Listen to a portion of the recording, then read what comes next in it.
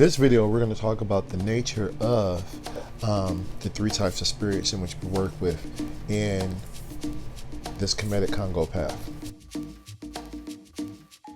Now, before I begin, as I've mentioned, for those of you who are new to the channel, for those of you who have been following, remember, Kemetic spirituality means something different to everybody. Okay. Again, I approach Kemetic spirituality from a Afrocentric perspective, okay? And from that perspective, the Kemetic spirituality is considered to be, I would say, like the forebearers of all other traditional African spiritual systems, okay? Now, this is my opinion. This is what I've been taught. This is what I've learned. Okay, and this is what I basically have been dealing with. Because the Kemetic spiritual system, it is, like I said, it's like the great grandfather and mother of, a lot of your traditional spiritual paths, what have you. You can go ahead and you can have a direct link to them through one of the traditional African ancestral ways. And the way in which I basically deal with is from a Kongo path. Okay, so those of you who've been following, this is why, this is how we roll. We go ahead, we do this from a Kongo perspective. All right. Now, don't get it twisted. Please don't, hear me out, all right? When I'm saying the Kongo perspective, remember, the Kongo people, people from Angola, Congo and the Angola region, they were the first Africans who were enslaved and brought to the Americas. They were the first Africans that were, brought to North America. So as a result, they laid the foundation for African American spirituality. Now, there's other African ethnic groups or cultures that went here and they came, later on, and they also contributed to, African American spirituality. But the basis of African American spirituality is, for the most part, if you really go into it, it's really Kongo. Okay. That's another, I've already done a video on that. We can go ahead and, if you want, I can go ahead and I can list that for you. And, you can go ahead and you can research it yourself. Got resources and all that for that as well. But the reason why I'm saying that is mainly because the path in which I go ahead, this Kemetic path in which I'm taking, or which I basically practice, is a Kemetic Kongo path. So I'm saying all that because the way in which I go ahead and I approach dealing with my spirits is completely different from the way somebody else does. Okay. And we'll start off with the fact that, and the way in which, from a Kemetic Kongo path, there's only three types of spirits. Okay. There's a netcharu, there's the netcharu, or, what do you call it? Netcharu, or the netchers. Okay. There's your ancestral spirits, which are, we call a ku, and there are kind of like a lower chaotic, confusing type of spirits, also called epepu. All right. Excuse me. Now, because of these three types of spirits, okay, the netcharu, I know from, dealing with other people and from other people's interpretations, the netcharu they are understood and defined to be as gods, not from the Kemetic Kongo perspective. Okay, from the Kemetic Kongo perspective, you have the Supreme Being. Supreme Being is netcharu, or another name for netcharu, which is the Lord of all things. Another name for netcharu, or the Supreme Being, is netjeru. Okay, netjeru, or in English, nature. Okay. The netcharu, then, from a Kemetic Kongo perspective, are actually attributes or personality traits or character traits of netjeru / nature. Okay, So when I say that, for instance, from this perspective, if we go in here and we said, all right, well, um, nature there's a unifying aspect of nature, okay? And keep in mind, I'm saying nature/nature so that you can kind of get that connection, all right? But if I say there's a unifying aspect of nature, instead of me going ahead and saying a unifying and peaceful aspect of nature, our ancient ancestors in Kemet called it Osir, okay?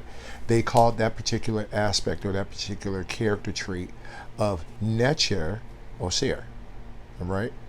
If we said, oh wow, you go somewhere, you go to a lake or somewhere, and it's just so beautiful, the beautiful aspects of nature, okay, the beautiful aspects of nature/nature, okay, those beautiful aspects, those harmonizing aspects of nature, is what we would call, from a Kemetic Kongo perspective, you call Nebhet. Okay, some people will say Heteru. All right. So when archaeologists and historians and theologians, when all these Western scholars, when they went ahead and they're saying, oh well, the ancient Egyptians, they had gods or so. Again, from a Kemetic Kongo perspective, that's not the case. These are attributes. These are attributes of the one supreme being. Okay, they're attributes or personality traits or character traits of the one supreme being. All right. Now, when an individual goes ahead and, let's say, we find this individual and they're very flirtatious, very seductive acting, very sweet, they can be a little sweet acting. They like that social thing. They like to harmonize. They like to party. Okay.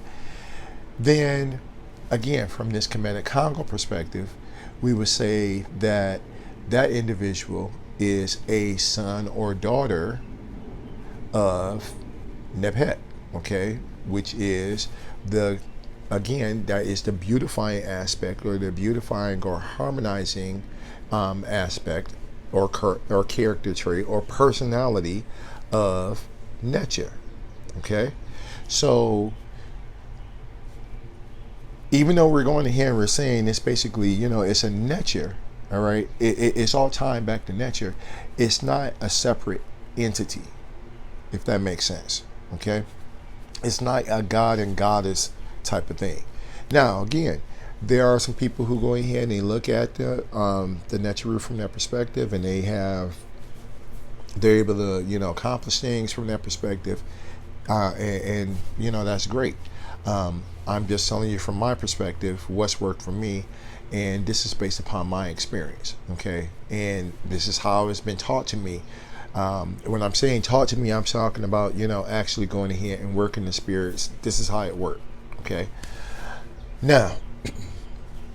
So when we're talking about the netcharu, all right, again, from this Kemetic Kongo perspective, the netcharu, all right, are actually just manifestations of nature.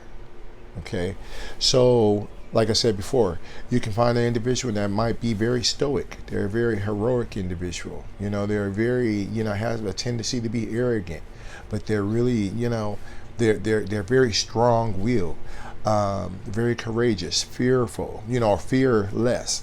That individual, you could say, well, okay, that they are a son or daughter of Heru, which is, or son or daughter of the personality, the character trait, or that the attribute of nature that we call Heru.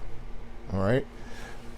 So it's not separate entities in which the way archaeologists and they've set it up. Okay, there is all basically tying back to netcharu. Okay, now the reason why I'm going ahead and I'm saying that is because from this Kemetic Kongo perspective, the netcharu are not gods and goddesses. The netcharu are forces of nature, okay? And, or let me rephrase it. Forces of nature would be almost like, I would say, kind of like the physics or the scientific perspective or scientific understanding of them. From a spiritual perspective, we just basically call them spirits, okay? And that's pretty much what you would look at them as. Okay, excuse me. All right, so that means that the netcharu, or these forces of nature, consist of a host of spirits, right? And this understanding is almost similar to the way the original voodoo are, okay?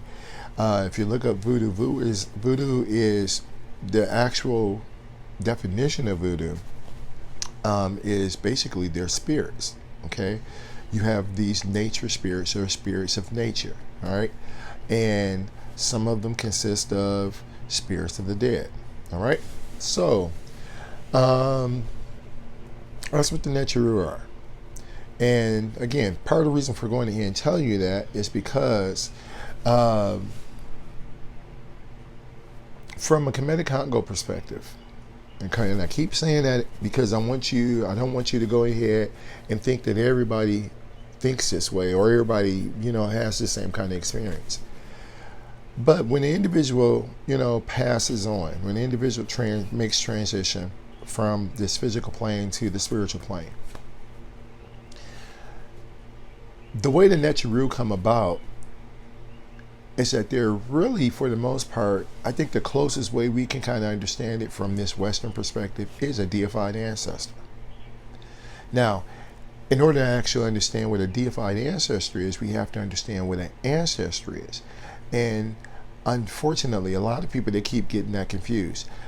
An ancestor is not an individual who just basically, who passes on, they make transition, and they become an ancestor. That's not how ancestors come about, okay? Your ancestor, your ancestral line, usually for the most part, you don't even know them, okay? It's typically almost like, your great-great-grandparents, okay?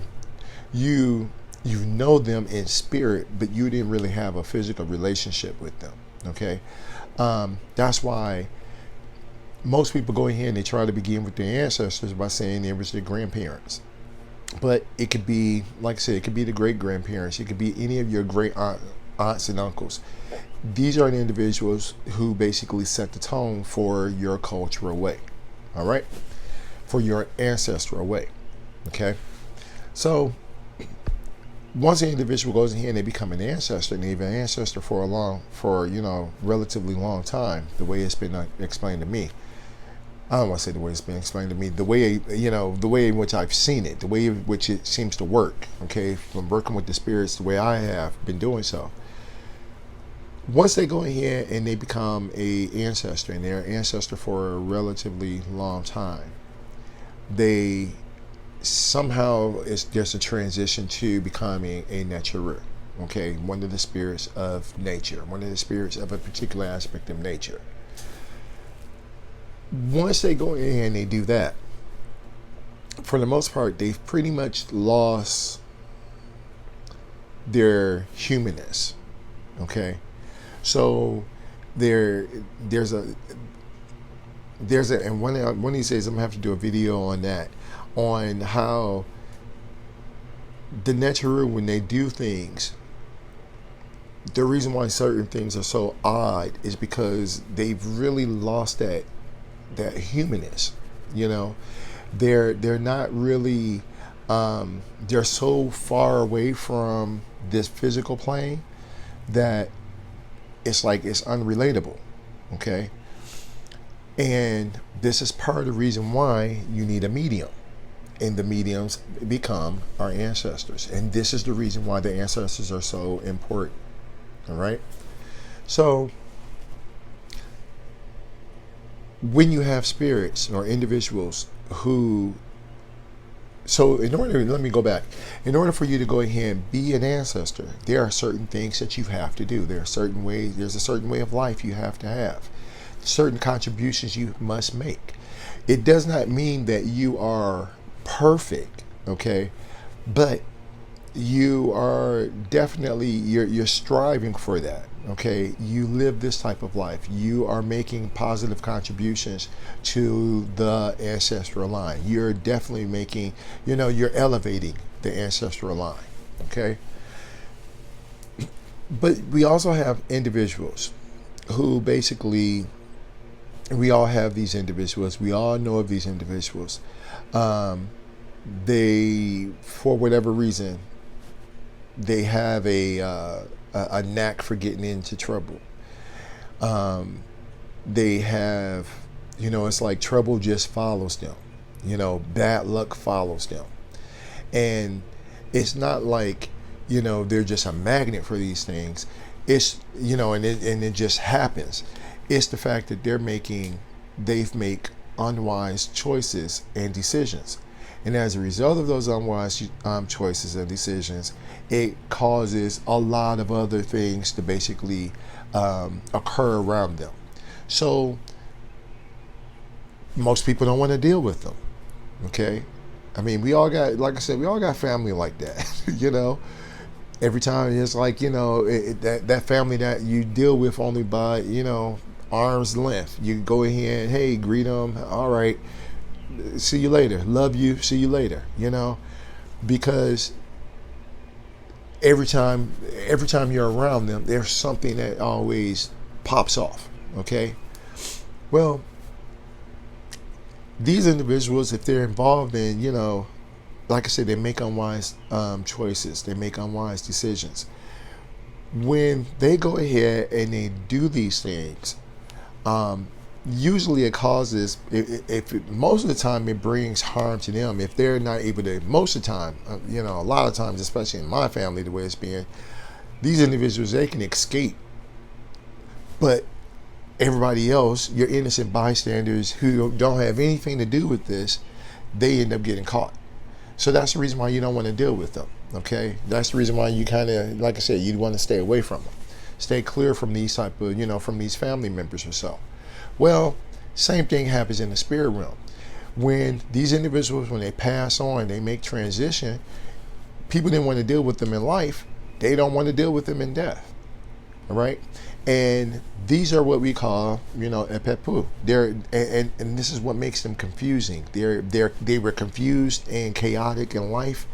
They take that same confusion and chaos into the spirit realm with them. All right, and they have to eventually, get out of that mindset. They eventually have to go ahead and realize part of the reason why they're having problems and no one wants to be around them is because of the things that they do, because of their, their thoughts, their actions, their behaviors. Okay, so in the spirit realm, a lot of times these individuals, a lot of times these spirits, they need to be elevated. All right. But just like you and I, no one can force you to grow. All right. You grow because you see that there's a need. You grow because, you're doing something and you're like, okay, I can do this a whole lot better. Something clicks inside of you and you decide, let me go ahead and make a better choice and let me make a better decision. Well, the same thing it has to happen for these lower spirits. Okay. And a lot of times, because of them being so,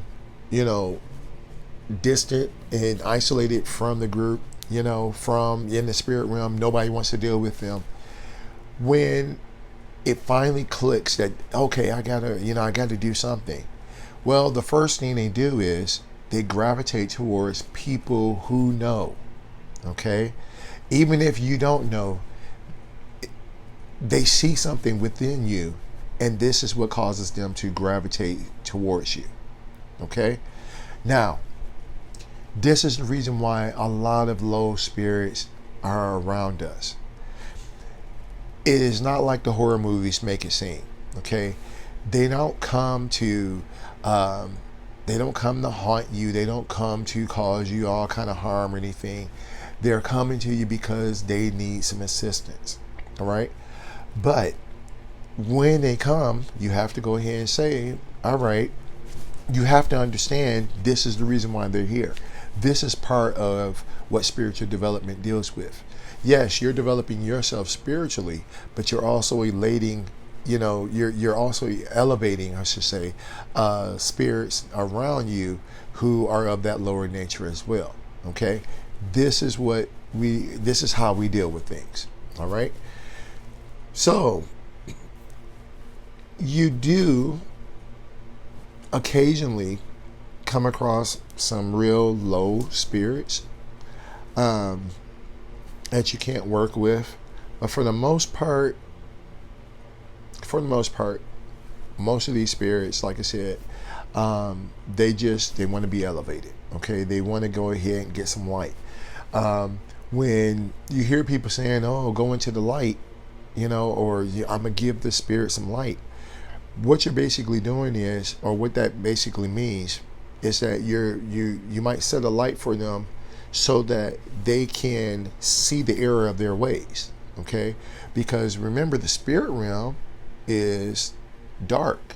Okay, you're not using your physical eyes anymore. Okay, you're using your spiritual eyes. So it's a vast realm of darkness. Okay, and that's not a bad thing. I'm just saying, this is not good or bad when we're talking about that. It's just it's an invisible realm. It's a dark realm.